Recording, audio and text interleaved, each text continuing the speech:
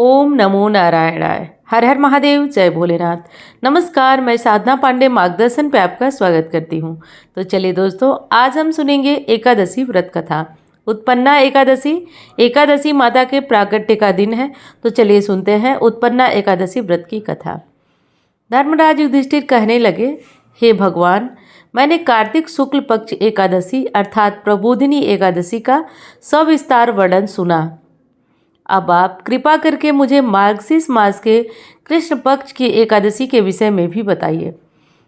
इस एकादशी के विषय में यह बताइए कि इसका यह नाम कैसे पड़ा तथा इसके व्रत का विधान क्या है, इसकी विधि क्या है, इसका व्रत करने से किस फल की प्राप्ति होती है। कृपया यह सब विधान पूर्वक कहिए। भगवान श्री कृष्ण बोले, मार्गशीर्ष मास के कृष्ण पक्ष में आने वाली इस एकादशी को उत्पन्ना एकादशी कहा जाता है। यह व्रत शंखोद्वार तीर्थ में स्नान करके भगवान के दर्शन करने से जो फल प्राप्त होता है उसके बराबर पुण्य को देने वाली है। व्रत करने वाले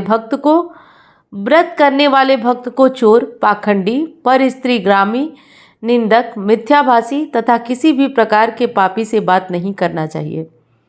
इसका महात्म्य मैं तुमसे कहता हूँ, ध्यान पूर्वक सुनो।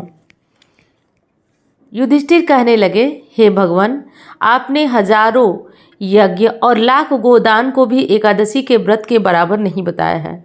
सो यह तिथि सब तिथियों में उत्तम कैसे हुई, यह बतलाइए। भगवान कहने लगे, हे युधिष्ठिर, सतयुग में मूर नाम का एक दैत्य हुआ था। वह बड़ा बलवान और भयानक था। उस दैत्य ने इंद्र, आदित्य, वसु, वायु, अग्नि आदि सभी देवताओं को पराजित करके भगा दिया था।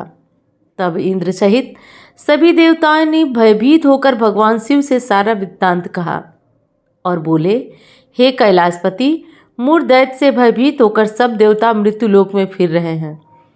तब भगवान शिव ने कहा, हे देवताओं, तीनों लोकों के स्वामी, भक्तों के दुखों का नाश करने वाले भगवान विष्णु की शरण में जाओ। वे ही तुम्हारे दुखों को दूर कर सकते हैं।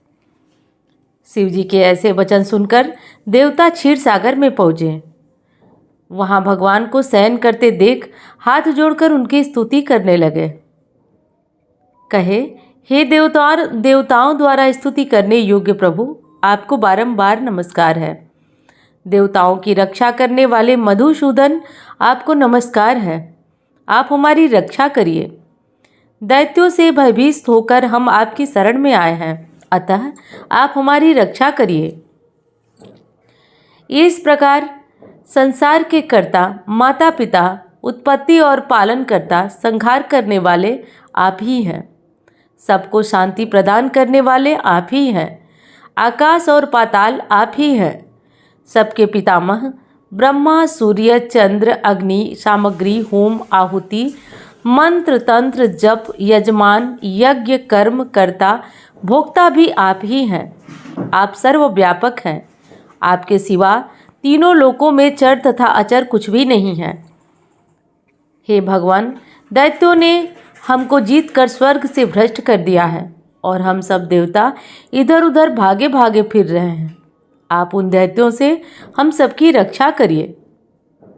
इंद्र के ऐसे वचन सुनकर भगवान विष्णु कहने लगे, हे इंद्र, ऐसा मायावी दैत्य कौन है जिसने सब देवताओं को जीत लिया है?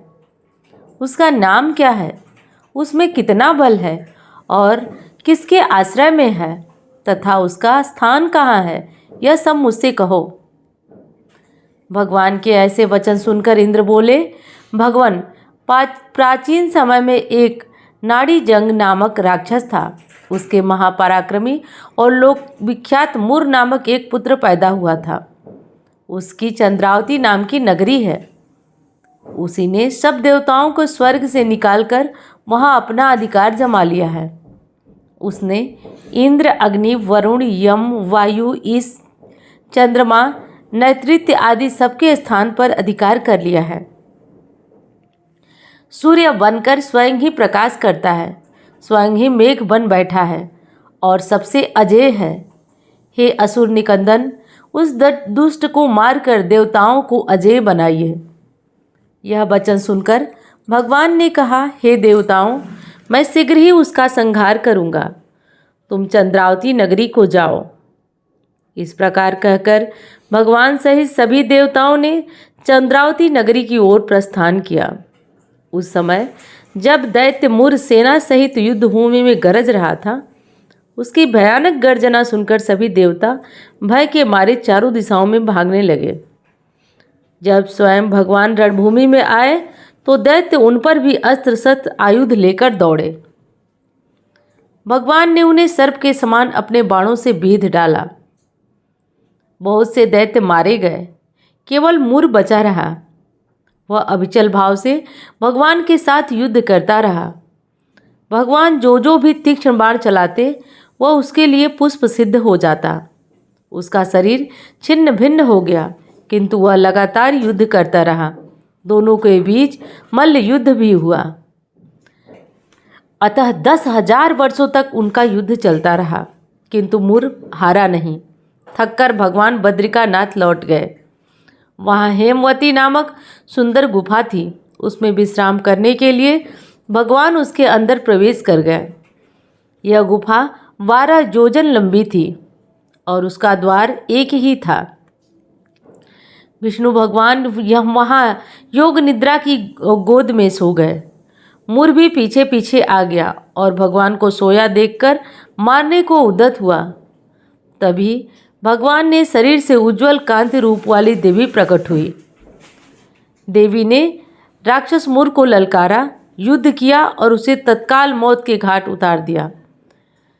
श्रीहरि जब योग निद्रा की गोद से उठे सो इन सब बातों को जानकर उस देवी से कहा कि आपका जन्म एकादशी के दिन हुआ है, अतः आप उत्पन्ना एकादशी के नाम से पूजित होंगी। आपके भक्त वही होंगे जो मेरे भक्त हैं। अतः एकादशी व्रत कथा समाप्त हुई। एकादशी माता के प्राकट्य की ये कथा आपको कैसी लगी बताइएगा ज़रूर।